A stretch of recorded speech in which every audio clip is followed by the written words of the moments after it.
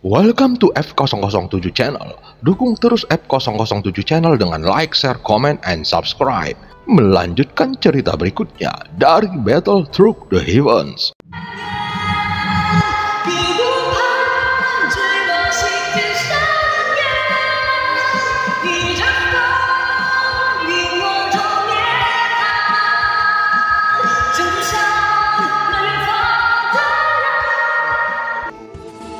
Selamat beraktivitas dan terima kasih atas dukungannya selama ini.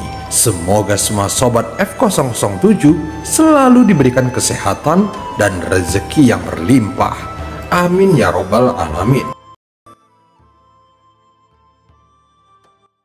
Pada part sebelumnya, Xiaoyan akhirnya meninggalkan lembah empat angin dan diikuti oleh Yuyan secara diam-diam.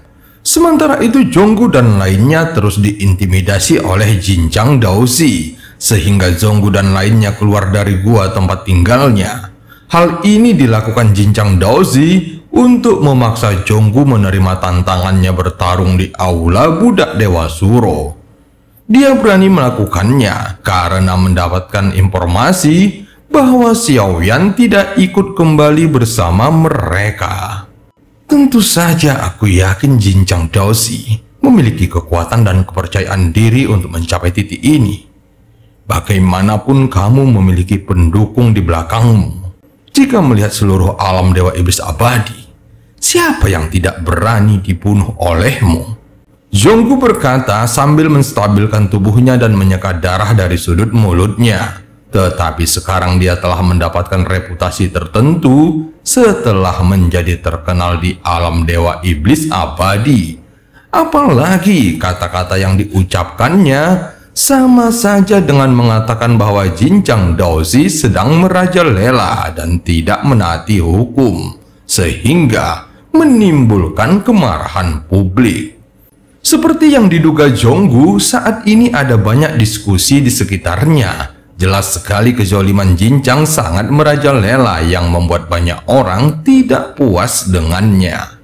Pria bermulut kasar, kuharap kekuatanmu sekuat mulutmu. Ekspresi wajah Jinchang Daozi sedikit berubah dan terlihat jelas bahwa kata-kata tajam Zhonggu telah mengubah mentalitasnya. Sehingga Jinchang Daozi mengapalkan tinjunya saat ini dan untuk sementara tidak menyerang Zhonggu lagi. Apa yang sedang kamu lakukan, Jinchang Daozi? Tindakanmu sebelumnya sangat mendominasi. Ayo bunuh aku sekarang.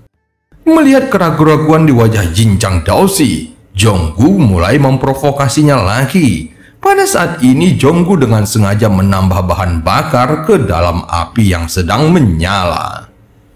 Alasan mengapa Zhonggu berani berbicara mendominasi bukan karena kecerobohannya, tetapi karena kepercayaan diri yang diberikan Xiaoyan kepadanya sebelum dia pergi. Walaupun ada seorang raja yang duduk di belakang Jinchang Daozi, namun sebelum pergi, Xiaoyan sudah memperingatkan Yuyan untuk menjaga mereka. Jadi kepercayaan Zhonggu yang sebenarnya datang dari Xiaoyan. Hanya saja Zhonggu tidak yakin apakah Yuyan akan memperhatikannya. Namun hubungan antara Xiaoyan dan Yuyan yang dilihat Zhonggu di dalam gerbang kuno sangat luar biasa. Sehingga Zhonggu menyimpulkan bahwa Yuyan pasti akan membantunya. Tentu saja dia tidak tahu bahwa Yuyan sekarang sedang disibukkan dengan aktivitasnya yang terus menguntit Xiaoyan.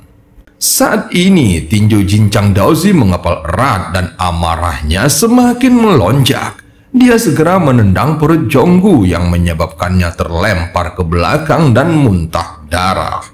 Tetapi serangan ini tidak bisa menimbulkan kerusakan serius pada Zhonggu. Bagaimanapun, dia telah mencapai ranah keabadian kaisar.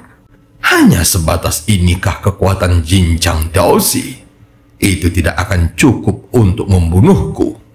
Suara Zhonggu keluar lagi dan dia perlahan berjalan ke arah Jinchang Daozi. Tuan Jinchang Daozi, sebaiknya kamu membunuhku sekarang, atau suatu hari nanti aku akan lebih kuat darimu. Jika hari itu tiba, aku aku tidak akan menunjukkan belas kasihan kepadamu. Jonggu mendekatkan wajahnya ke Jinchang dan berbisik ke telinganya. Kalimat ini benar-benar membuat Jinchang Daoshi sangat marah. Terlihat dia langsung mengulurkan tangannya ke depan dan meraih kepala Jonggu, kemudian membantingnya ke tanah. Sehingga seluruh tubuh Jonggu roboh ke tanah. Kemudian Jinchang Daoshi mengangkat kakinya dan terus menendang ke arah Jonggu. Saat ini sosok Jonggu terlihat dalam keadaan yang memalukan dan seteguk besar darah muncrat dari mulutnya. Namun dia tetap menatap Jinchang dengan tatapan tajam yang membuat niat membunuh Jinchang meningkat semakin kuat. Kamu baru mencapai langkah ketiga keabadian Kaisar. Mengapa kamu begitu berani melawanku? Jinchang Daoshi segera memutar tombak di tangannya dan tubuhnya seperti ujung panah yang melesat keluar dan tiba-tiba menusuk ke dada Jonggu lalu menekannya. Seketika sosok Jonggu menabrak ke dinding gua yang menyebabkan terjadinya ledakan. Sosok Jonggu terlihat terpaku di dinding gunung dengan tombak dan rambutnya terlihat acak-acakan serta tubuhnya berlumuran darah. Apakah dia masih hidup atau tidak? Jika terus begini, Jinchang Daoshi bisa membunuhnya kapanpun dia mau. Terdengar suara-suara dari sekitarnya. Namun pada titik ini, mata Jonggu masih terlihat tegas dan dia tidak menunjukkan tanda-tanda membungkuk atau menyerah. Hal ini membuat Jinchang Daoshi merasa sangat murka. Apalagi tatapan yang tak terhitung jumlahnya di sekelilingnya terus menatapnya. Karena kamu tidak peduli dengan hidupmu sendiri, aku akan memulai dengan mereka. Jinchang Daoshi diam-diam melihat kembali ke arah Jin Dongming, Long Biao, dan Yongdong. Dia mungkin akan dihukum karena membunuh Jonggu, tetapi tidak akan menjadi masalah jika membunuh beberapa budak dewa. Saat ini terlihat 7 atau 8 sosok berdiri dan kemudian memandang mereka bertiga dengan mata penuh semangat. Segera Jin Dongming memancarkan aura yang kuat. Meskipun Long Biao ketakutan di dalam hatinya, namun dia tidak menunjukkannya di permukaan. Ayolah, aku ingin melihat siapa yang takut pada siapa. Long Biao memasang postur bahwa dia siap bertarung kapan saja dan tampak seperti siap mati. Bagaimanapun kekuatannya juga cukup kuat dan dia bahkan belum pernah menunjukkan kekuatan aslinya sejauh ini. Mereka yang bisa bersembunyi tidak akan pernah berkata apa-apa, dan mereka yang bisa berlari tidak akan pernah memaksakan diri untuk datang. Secara keseluruhan, kecuali benar-benar diperlukan, dia tidak akan pernah mengambil tindakan dengan mudah. Tangkap dia duluan! Suara Jinchang Daoshi terdengar nyaring dan matanya langsung tertuju pada Long Biao yang membuat ekspresi Long Biao tiba-tiba terlihat suram. Kamu dan aku sama-sama budak dewa. Mengapa kita harus saling bertarung dan membunuh? Ini pasti ada kesalahpahaman. Namun sebelum melakukannya, kamu harus bertanya kepada orang di sebelahku. Apakah mereka bersedia?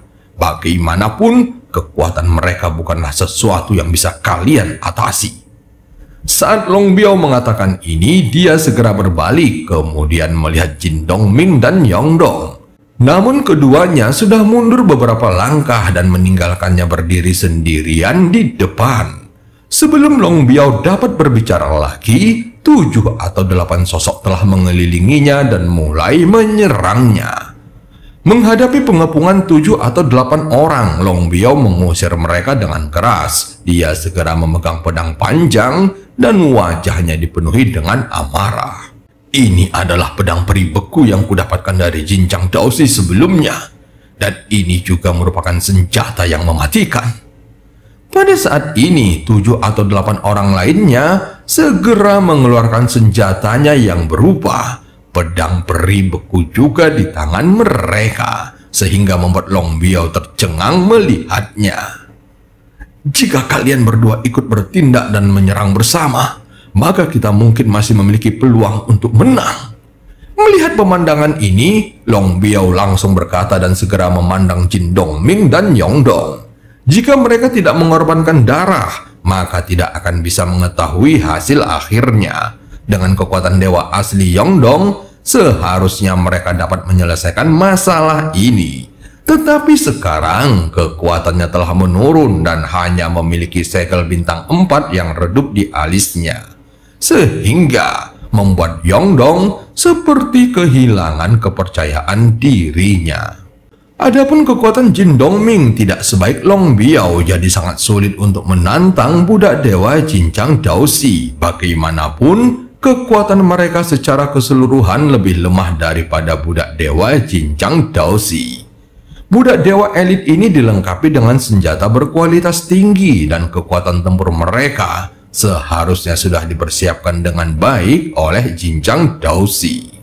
Saat berikutnya, energi pedang peri itu langsung menuju ke Long Biao. Saat melihat ada yang tidak beres, Long Biao segera menghindar dengan kecepatan tinggi. Tentu saja, Jin Dongming dan Yongdong tidak berdiam diri saja.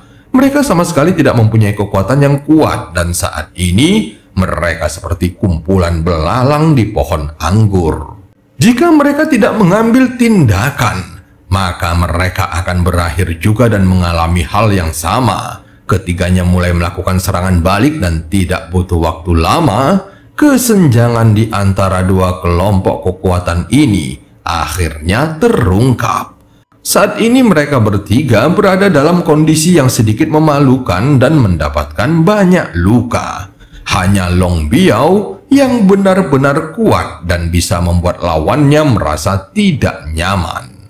Mereka bertiga tidak bisa menyelesaikannya, jadi tidak ada gunanya menahanmu lebih lama di sini.